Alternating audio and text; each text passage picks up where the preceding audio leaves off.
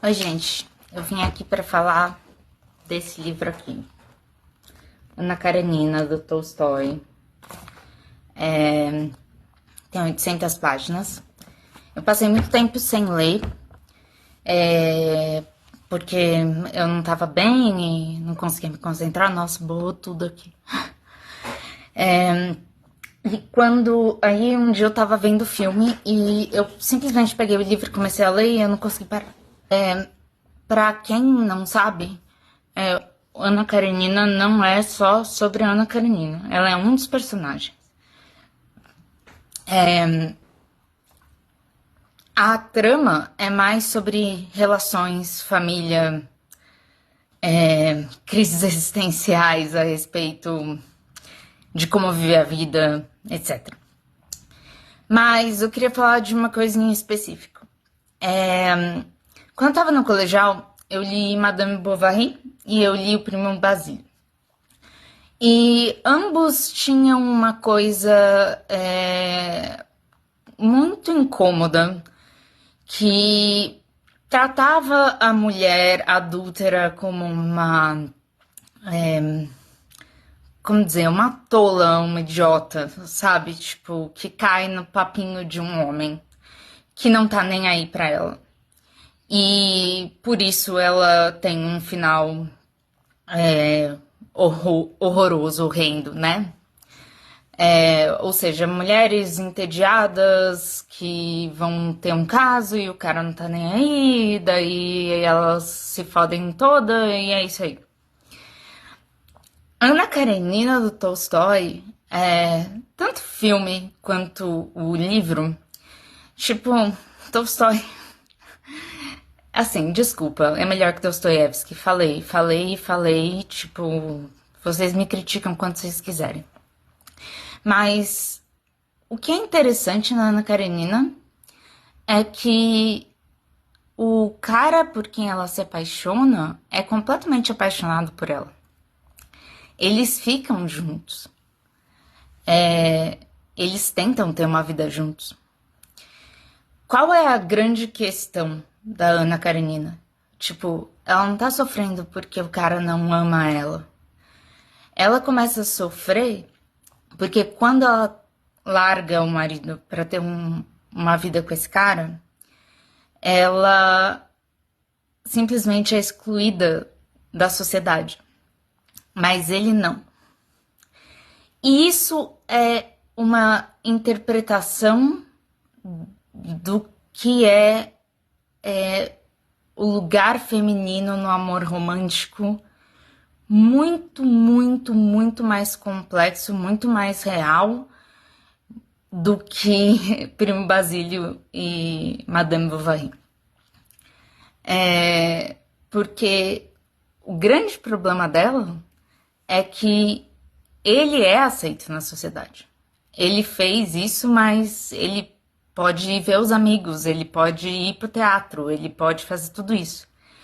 E ela fica trancada em casa. E ele vira só o que ela tem. E à medida que ele vira só o que ela tem, o medo de perder ele cresce cada vez mais. E aí ela vai enlouquecendo. Ela vai enlouquecendo de ciúmes, ela vai enlouquecendo de solidão, ela vira instável. Eu não sei se vocês estão percebendo, mas vários adjetivos que homens falam para mulheres, né? Instável, louca, tipo, demandante, chata, desagradável. E é isso que leva ela a cometer suicídio, né? Porque ela começa a acreditar que ele tá com outra moça. Só que a questão é assim, isso ainda acontece. E eu acho que é esse o grande problema do amor romântico. E eu tenho um grande problema com a não monogamia, porque geralmente é tratada como pegar outras pessoas ou se relacionar com outras pessoas. E a mulher não poder falar nada a respeito de ciúmes, dor, tristeza do que ela tá sentindo, porque afinal de contas o relacionamento é assim. Então a gente volta para os anos 50, quando o homem podia trair, mulher tinha que calar a boca. Quando eu acho que a não monogamia é principalmente sobre tirar o amor romântico do centro da vida feminina, né? Eu mesma tive muitos problemas com isso. Eu ainda tenho. As minhas amigas têm. E o que eu acho muito interessante é que o Tolstói teve essa percepção de que ela pode ser amada, mas ela precisa de muito mais do que ele. Porque se ela só tiver ele e ele for embora, ela não tem nada, ela não tem ninguém. E é isso que enlouquece ela.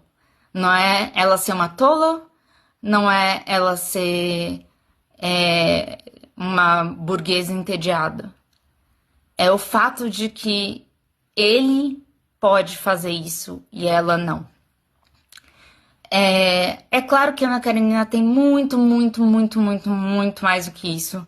Aliás, se alguém quiser o livro emprestado, por favor, me peçam, porque eu faço questão que todo mundo leia. É um estudo interessantíssimo a respeito de relações familiares, expectativas a respeito do que é um casamento, do que é uma relação, do que é família, do que é trabalho. Meu Deus, tem assim, enfim. Tolstói é um gênio. Mas é um homem da literatura que conseguiu ter a percepção da dor feminina real. E quando eu lia, eu ficava tão aflita por ela. Porque ela estava agindo daquela maneira desagradável, demandante, ciumenta.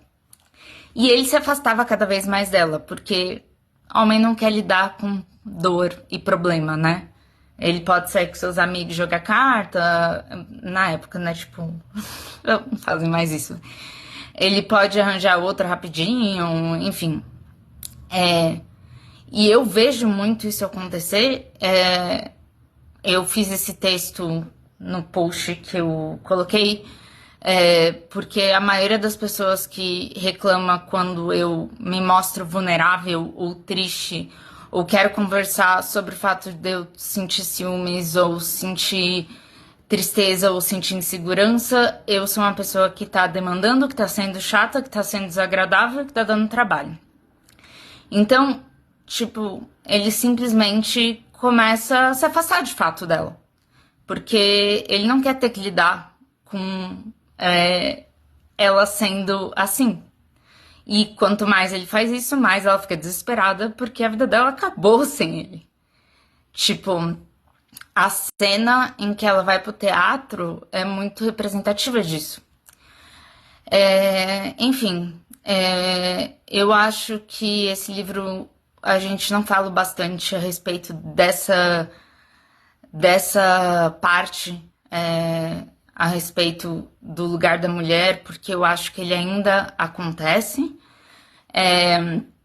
e não na mesma gravidade, mas ainda acontece, e porque a maioria dos livros que eu vi sobre uma mulher que trai é totalmente diferente da visão do Tolstói a respeito disso.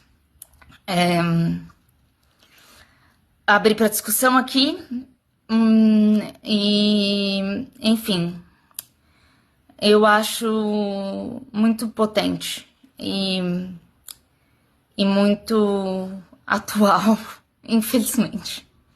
É isso, tchau, tchau, gente. Sim, eu tô triste hoje e... Cara, tá bom, se você tá triste, às vezes você quer chamar atenção, você quer ser acolhida, né?